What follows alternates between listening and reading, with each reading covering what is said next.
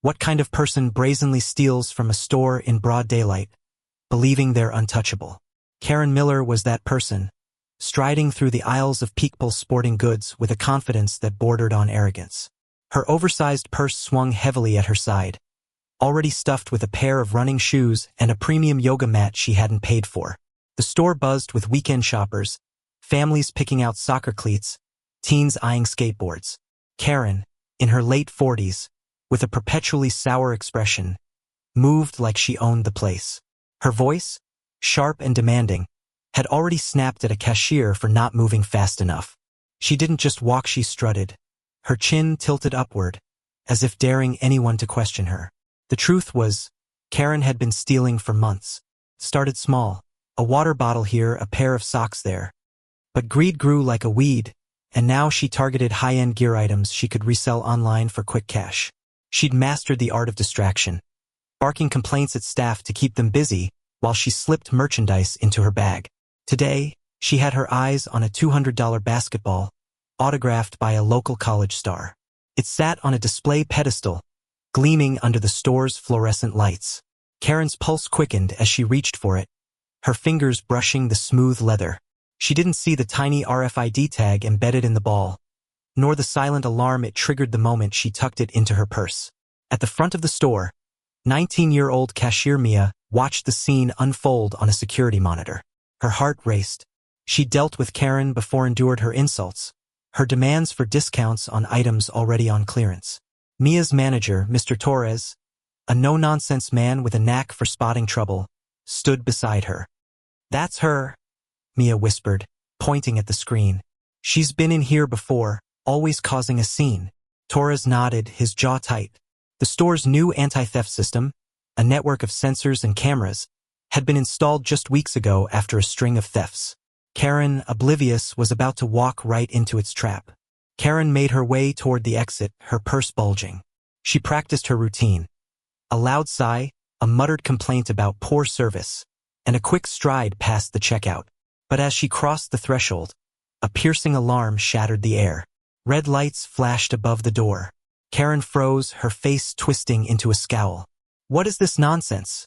she barked, turning to face Torres, who was already approaching with a security guard named Jamal at his side. "This is outrageous. Your stupid system is broken." Mia, standing behind the counter, felt a surge of vindication. For weeks, she'd watched Karen intimidate her coworkers, berating them over trivial things like a scuffed shoebox or a slow refund. Now, the evidence was undeniable. The anti-theft system had flagged every item in Karen's purse, and the cameras had caught her every move. Torres, calm but firm, held up a hand. "Ma'am, step back inside, please. We need to check your bag." Karen's eyes narrowed, her voice rising to a screech. "You can't accuse me of anything. I'm a loyal customer." The confrontation escalated as shoppers turned to stare. Karen's face reddened, but not from shame. Her fury was palpable, a storm of entitlement. Jamal, the security guard, stood tall, his presence a quiet warning. "Ma'am, the system doesn't lie. Let's make this easy." Karen clutched her purse tighter, her knuckles whitening. "This is harassment. I'll sue you all." She spat, but her bravado was cracking. Mia, watching from the counter, felt a flicker of doubt. What if Karen somehow talked her way out of this? She'd done it before, bullying her way through complaints until staff gave in. Then came the twist. Mia's coworker, Jake, a shy 17-year-old who rarely spoke up, stepped forward. He'd been restocking shelves near the basketball display and had seen Karen slip the ball into her purse. "I saw her take it," Jake said, his voice trembling but clear. The words hit like a thunderclap. Karen's head whipped toward him, her eyes blazing. "You little liar," she screamed, jabbing a finger at him. "You're making this up to humiliate me." Jake flinched but held his ground, his face pale. Mia's heart swelled with pride for him, but also fear. Karen's rage was a force of nature, and she wasn't going down without a fight. The standoff grew thicker, the air electric with tension. Shoppers whispered, some pulling out phones to record. Karen's voice grew louder, a torrent of accusations and threats. "You'll all lose your jobs. I know the owner," she shrieked, though no one believed her. Torres remained unflinching, his voice steady. "Ma'am, we have footage. We have witnesses. Open the bag, or we call the police." Karen's sneer faltered, just for a moment, as the reality sank in. The anti-theft tech had her cornered, and the crowd's eyes were on her, unyielding. For the first time, Karen's confidence wavered. She glanced at the exit, as if calculating her chances of running. But Jamal stepped closer, blocking her path. The store felt smaller now, the walls closing in.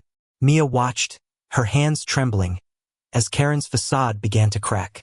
The woman who'd terrorized the staff, who'd stolen without a shred of remorse, was about to face the consequences. And yet, Mia couldn't shake a nagging thought. Karen wasn't just a thief, she was a bully, and bullies always had one last trick up their sleeve. Karen's eyes darted between Torres, Jamal, and the growing crowd, her lips curling into a snarl. The alarm's echo still hung in the air, a relentless reminder of her predicament. She clutched her purse like a lifeline, her fingers digging into the leather. "This is a setup," she bellowed, her voice cracking with desperation. "You planted those items in my bag. You're framing me." The accusation was absurd, but Karen delivered it with such conviction that a few onlookers exchanged uncertain glances. Mia, still behind the counter, felt her stomach twist. Karen's ability to twist the truth was almost supernatural, a weapon honed by years of getting her way. Torres didn't flinch. "Ma'am, the cameras don't lie. Neither do the sensors. Open the bag, or we do this the hard way." His tone was calm, but there was steel beneath it. Jamal stood ready, his broad frame a quiet threat. Karen's gaze flicked to Jake, the teenage stock boy who dared to call her out. "You," she hissed, her voice dripping with venom. "You think you can ruin me? You're nothing." Jake's face flushed, but he didn't back down. Mia saw the fear in his eyes, but also something new: resolve. He'd spent months enduring Karen's tirades, her demands to fix displays she'd deliberately messed up. This was his stand. The crowd was growing, drawn by the drama. A mother with a toddler in her cart whispered to another shopper, their phones still recording. Karen noticed and spun toward them, her face a mask of outrage. "What are you all staring at? Mind your own business." But the crowd didn't budge. If anything, her outburst fueled their curiosity. Mia caught a glimpse of an older man in the back, shaking his head in disgust. The tide was turning, and Karen could feel it. Her bravado was unraveling thread by thread. Then came the twist that no one saw coming. A woman stepped forward from the crowd, her face pale but determined. She was in her 30s, with a worn jacket and a nervous energy. "I know her," the woman said, her voice shaking. "She did this at my store too." The words landed like a bombshell. Karen's head snapped toward her, eyes wide with shock. "You're lying," she screamed. But the woman didn't falter. "I work at Fitzone across town. You stole a kettlebell last month. I saw you, but you got away before we could stop you." The crowd gasped, the air crackling with new tension. Mia's jaw dropped. Karen wasn't just a one-store problem, she was a serial thief. The revelation hit Karen like a freight train. Her face contorted, a mix of fury and fear. "You're all conspiring against me," she shrieked, but her voice was losing its edge. The woman from Fitzone held up her phone, showing a blurry photo of Karen leaving her store with a suspiciously bulky bag. It wasn't definitive proof, but it was enough to tip the scales. The crowd's murmurs grew louder, their judgment palpable. Karen, for all her bluster, was cornered. Torres seized the moment. "Ma'am, last chance. Open the bag." Karen's hands trembled as she clutched her purse tighter, her eyes darting to the exit. For a fleeting moment it seemed she might bolt. But Jamal stepped closer, his presence unyielding. With a guttural snarl, Karen finally relented, yanking open her purse and dumping its contents onto the floor. The autographed basketball rolled out, followed by the yoga mat, the running shoes, and a pair of expensive weightlifting gloves. The crowd gasped again, their phones capturing every damning moment. Mia felt a rush of triumph, but it was tempered by unease. Karen's humiliation was public, raw, and undeniable, but there was something almost pitiful in her defiance. She stood over the pile of stolen goods, her chest heaving, still trying to spin the narrative. "These were gifts. I was going to pay for them," she lied, but no one bought it. Torres shook his head, pulling out his phone. "I'm calling the police." The word police hit Karen like a slap. Her face paled, her bravado crumbling. "You can't do this," she stammered, her voice breaking. "Do you know who I am?" But the question was hollow, a final gasp of entitlement. The crowd's stares were unrelenting, their phones a silent jury. Jake, still standing nearby, looked at Mia, his eyes wide with disbelief. They'd done it, they'd caught her. But the victory felt heavy. Karen's downfall was coming, but it wasn't over yet. As Torres dialed 911, Karen's demeanor shifted. She straightened, her face hardening. "Fine," she spat. "Call the cops. But you'll regret this. All of you." The threat hung in the air, chilling despite its desperation. Mia's heart pounded. Karen was beaten but not broken. And bullies like her always had one last card to play. The police arrived within minutes, their presence cutting through the store's charged atmosphere like a blade.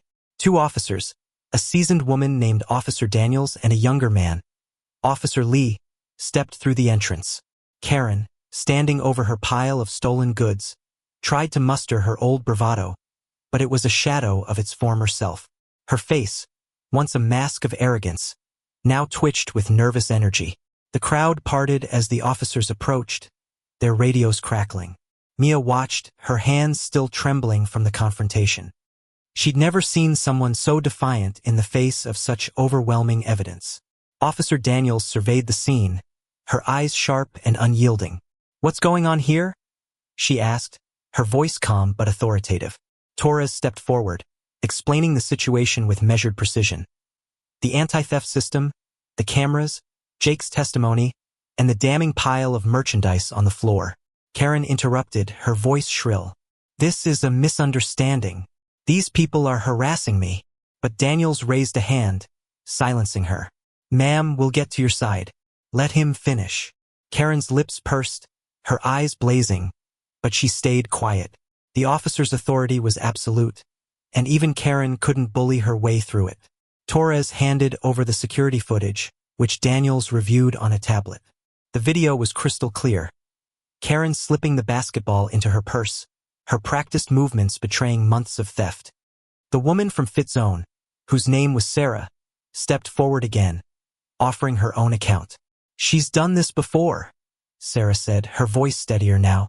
"I'm willing to testify." Karen's face twisted, but she said nothing. The weight of the evidence was crushing. Officer Lee began cataloging the stolen items, his gloved hands carefully placing each one into an evidence bag. The autographed basketball, the yoga mat, the shoes, all of it was laid bare, a testament to Karen's greed. The crowd's murmurs grew quieter, their fascination giving way to a kind of grim satisfaction. Karen's threats had fallen flat, her lies had unraveled. But then, in a last-ditch effort, she tried one final gambit. "I'm sick," she said, her voice suddenly soft, almost pleading. "I have a condition. I wasn't thinking straight." Mia's jaw clenched. It was a lie, a desperate ploy for sympathy. But Officer Daniels wasn't swayed. "Ma'am, if you have a medical issue, you can explain it at the station. Right now, you're under arrest for theft." The word arrest hit Karen like a physical blow. She staggered back, her eyes wide with shock. "You can't do this," she cried. But Lee was already pulling out handcuffs. The metallic click as they snapped around her wrists echoed through the store, a sound that felt final, irrevocable. As the officers led Karen toward the exit, the crowd parted, their phones still recording. Karen's head hung low, her defiance finally broken. But even in her defeat, there was something defiant in her posture, a refusal to fully accept her shame.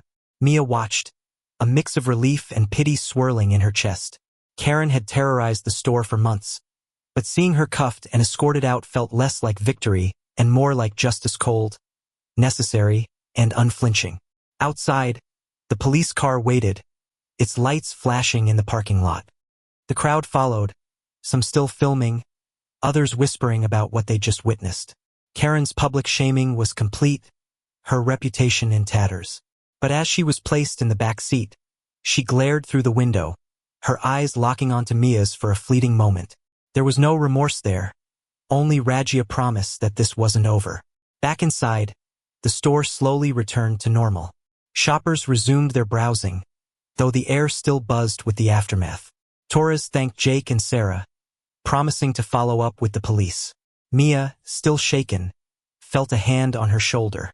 It was Jake, his shy smile breaking through. "We did it," he said quietly. Mia nodded, her heart swelling. They'd stood up to a bully, not just for themselves, but for everyone Karen had ever intimidated. The days that followed brought news of Karen's fate. She was charged with multiple counts of theft, her spree across local stores finally exposed. The viral videos of her arrest didn't help her case, but they did something else: they inspired others. Sarah, the woman from Fitzone, started a local campaign to support small businesses against shoplifting. Jake, once too shy to speak up, began training to become a store supervisor. And Mia? She realized that courage wasn't about being fearless, it was about standing up, even when your hands shook. Karen's downfall was a lesson, not just in justice, but in resilience. She'd built her world on entitlement, believing she was above the rules. But the truth, backed by technology and human courage, had brought her low. And in that small sports store, amidst racks of sneakers and gym bags, a community found its strength not in anger, but in the quiet power of doing what was right.